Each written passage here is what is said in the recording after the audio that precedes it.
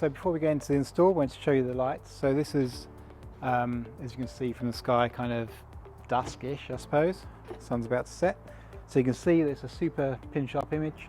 We'll have other colours. Right now we've got red, blue and white. We'll have other designs as well, so let us know in the comments what other designs you want to see. Anyway, that's at dusk. We'll do this again when it gets a little bit darker.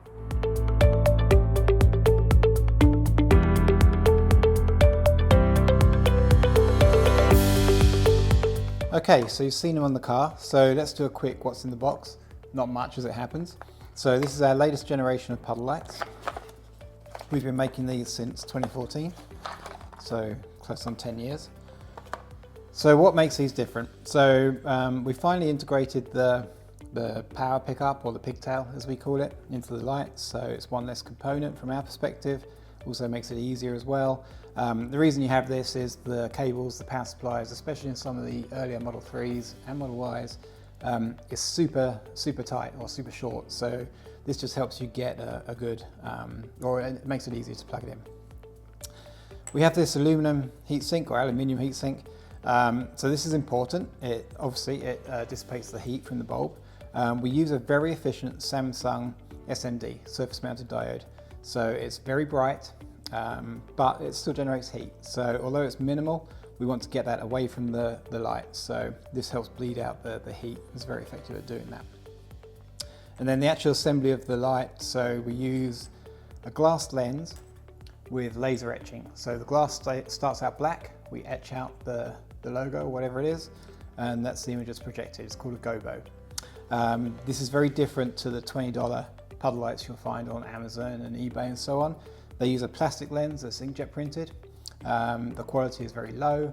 It will fade or distort after about a year. So you pay for what you get. We've been selling these since 2014. We warranty our lights for the life of however long you own the car.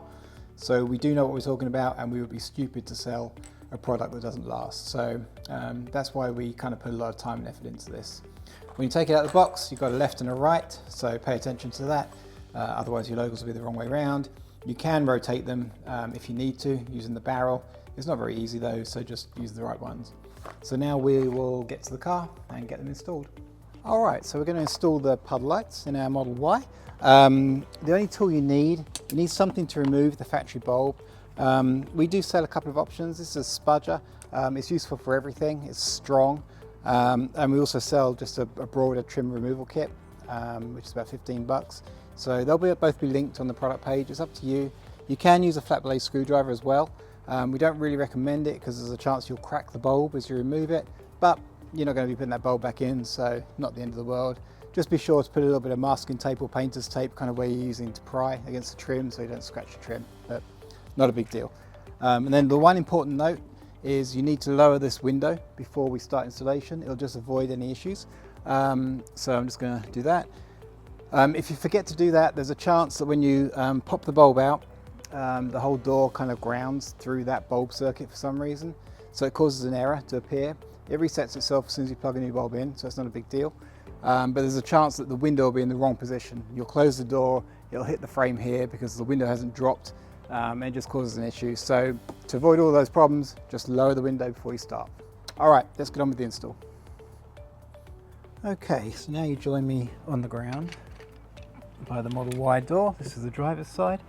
So you want to look, so this is the factory light, and you want to look for this little notch on one end, because this is where you need to get your pry, whatever you're going to use, right? Whether it's one of our spudgers, we have these other tools as well, so pick your poison, but all you want to do is just hook it under here, and don't be shy about it, but use a little bit of force, but just push it under there.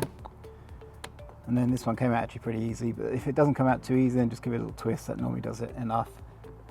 And then we're just going to release that. So you can see the power supply, hopefully, is pretty short, but not too bad.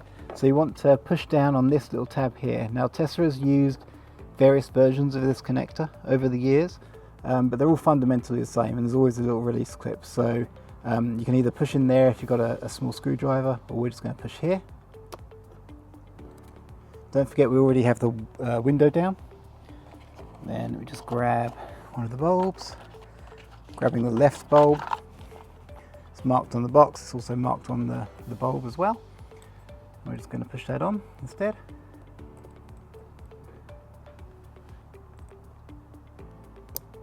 Listen for the click, you'll hear the car beep. That's just restoring the circuit and the ground for the door. You'll see this is a red one.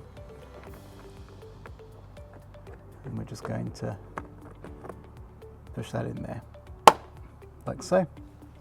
Easy as that. Now we'll go to the other side just to repeat the process. So over on the passenger side, same thing. So I actually have the window rolled up now, just so you can hear what it does. So as I remove this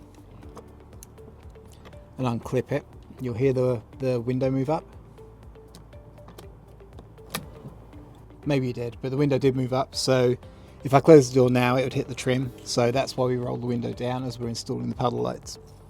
But as I plug this one back in, the window drops again, everything's good. Now sometimes the window won't drop for whatever reason, so that's why you just want to make sure you lower it. As you're putting this in, just kind of, I'm doing this in broad daylight, so it's super light out, so just check the orientation, tuck the wires up there and snap it in. There you go, thanks for watching.